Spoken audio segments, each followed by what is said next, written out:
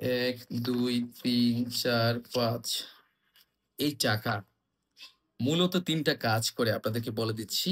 আসলে জগতে টাকা বলতে কিছু নেই। যা আছে তা হলো পরিশ্রম। আপনি যত পরিশ্রম করেন তত তো আপনার টাকা। এটা তো জানেন।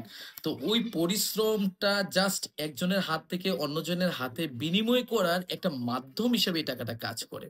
দ্বিতীয়ত হলো ওই পরিশ্রমের ফলে আপনি যা অর্জন করেন, কি অর্জন করতে পারেন? যেমন আপনি যদি একজন ধান চাষী হন, তাহলে পরিশ্রমের মাধ্যমে আপনি ধান অর্জন করলেন মানে ধান চাষ করে ধান ফসল পাইলেন।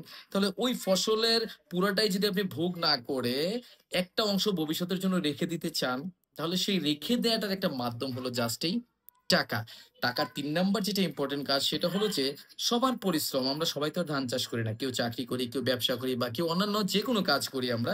সবার পরিশ্রমকে পরিমাপ করার জাস্ট একটা মাধ্যম হলো এই টাকা। যেমন আপনি ধরেন ধান চাষ করে ৫ মণ ধান পেলেন। তাহলে ৫ মণ ধানের দাম যদি হয় ২,০০০ করে ৳১০,০০০ তাহলে আপনার পরিশ্রমের দাম হলো ৳১০,০০০।